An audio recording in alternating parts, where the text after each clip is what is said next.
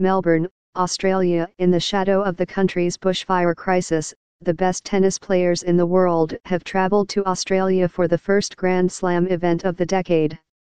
There will, however, be some notable absences when the Australian Open begins on Monday. Bianca Andreescu, the 19-year-old Canadian who won the United States Open 4 months ago, withdrew from this tournament because of a knee injury.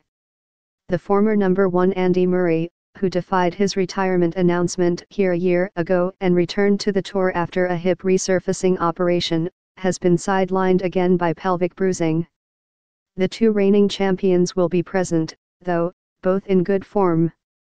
Naomi Osaka has won 14 of her last 15 matches and had a match point in her 1 loss. Novak Djokovic, who is going for a record 8th men's Australian Open singles title, has started the season at 6-0, leading Serbia to victory in the ATP Cup. Here are some of the top stories to track at Melbourne Park over the next 2 weeks.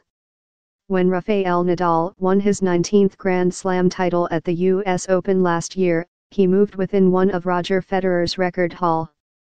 Not since the 2004 Australian Open, when Federer won his 2nd Grand Slam title, have the two been so close to each other. Health permitting, Nadal will be favoured to win his 13th French Open title this summer, which would put him at 20 slams, but he should also be considered a contender in Melbourne.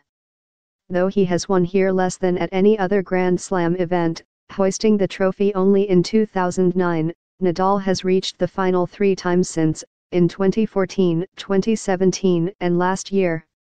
He also emerged as the most successful player of the last decade at the other hard-court Grand Slam tournament, winning the United States Open 4 times. Federer, who broke Pete Sampras's record of 14 Grand Slam men's titles at Wimbledon in 2009, said he thought it was likely that he would ultimately be passed by both Nadal and Novak Djokovic, who sits in 3rd place with 16, but expressed no regret at that eventuality. At the end, if somebody else would pass you, I guess it's okay, Federer recently told the Associated Press. Because that's what sports is all about, it's a lot about numbers, it's a lot about records. But I had my moment, and I always said everything that comes after 15 was, anyway, a bonus. While Nadal has his first chance to equal Federer, Serena Williams will have an 8th chance here to tie the women's record set by Margaret Court, who won 24 Grand Slam singles titles.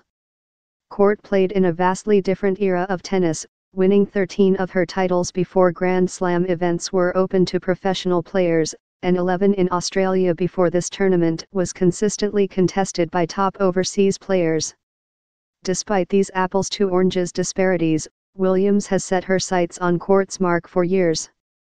She has been within 1 match of equaling it 4 times, losing in the finals of Wimbledon and of the US Open each of the last 2 years, all 4 times in lopsided fashion. Williams won her first title in nearly 3 years last weekend in Auckland, New Zealand, and that may ease some of the jitters that have accompanied her into her recent Grand Slam finals. It is not just Williams's pursuit that will keep Court's name in the conversation at this tournament. After Court insisted that she be feted on the occasion of the 50th anniversary of winning all 4 Grand Slams in 1970, she will be honored throughout this tournament.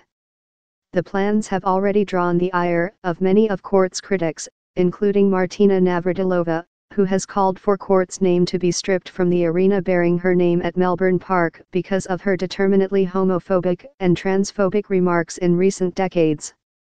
Another clean sweep at the Grand Slams this year for the men's so-called Big Three seems possible. Nadal, Djokovic and Federer have combined to win the last 12 Grand Slam events and hold the top 3 spots in the ATP rankings. There has not been a first-time Grand Slam champion in men's tennis since Marin Cilic won the 2014 US Open. There are some signs of the tide shifting. 4th-ranked Daniil Medvedev, 23, pushed Nadal to a 5th set in the US Open final in September and won 2 Masters titles last year. The elite year-end ATP Finals in London, which was contested by all of the Big Three, was ultimately won by Stefanos Tsitsipas, 21, who defeated Dominic Thiem for the title. Thiem, 26, would not be considered an up-and-comer in any other era of tennis, having already competed in 24 Grand Slam tournaments. But if he can break through for his first Grand Slam title this year, it would qualify as a new look for a tour that has lacked fresh faces. Ashleigh Barty, the reigning French Open champion, is Australia's best chance for a homegrown singles winner since Chris O'Neill claimed the 1978 women's title. The top-ranked Barty, a Queenslander with Indigenous ancestry, has quickly become a favourite of Australian fans, beloved for both her unassuming personality and her preternatural court craft. If she can handle the spotlight and perhaps a fourth-round match with Alison Riske, who beat her at Wimbledon, Barty could become the first home champion of a Grand Slam event since Sloane Stephens won the 2017 US Open. Predicting contenders at this tournament has taken a backseat to forecasting the winds. When the winds have blown into the city from the east, smoke from the nearby East Gippsland bushfires has cast a pall over the city and the tournament, dusting the air and creating a haze that caused breathing problems for players who were practicing or competing in the qualifying rounds. The tournament director, Craig Tiley, has said that play will be stopped if the air quality is too poor, but players and spectators could struggle anyway. Tiley promised that the tournament would begin and end on time and that play would continue under the tournament's 3 retractable roofs regardless. But with 254 main draw matches to complete in singles alone, any sort of bottleneck could quickly choke the schedule. The top men's players had their traditional Australian Open preparations upended by the new ATP Cup, which was held in the first 10 days of the season and pitted teams against each other based on nationality. The goal was to generate more excitement than usual this early in the tennis calendar. How players will react once they reach Melbourne is yet to be seen, particularly players like Djokovic, Nadal and 9th-ranked Roberto Bautista Agut. They all reached the final between Serbia and Spain, each playing 6 singles matches. There is already one player who will miss the Australian Open because of the new event. Alex de Minaur, the top male Australian player, pushed through an abdominal injury to keep playing for his country, ultimately sustaining a tear that forced him out of the Open.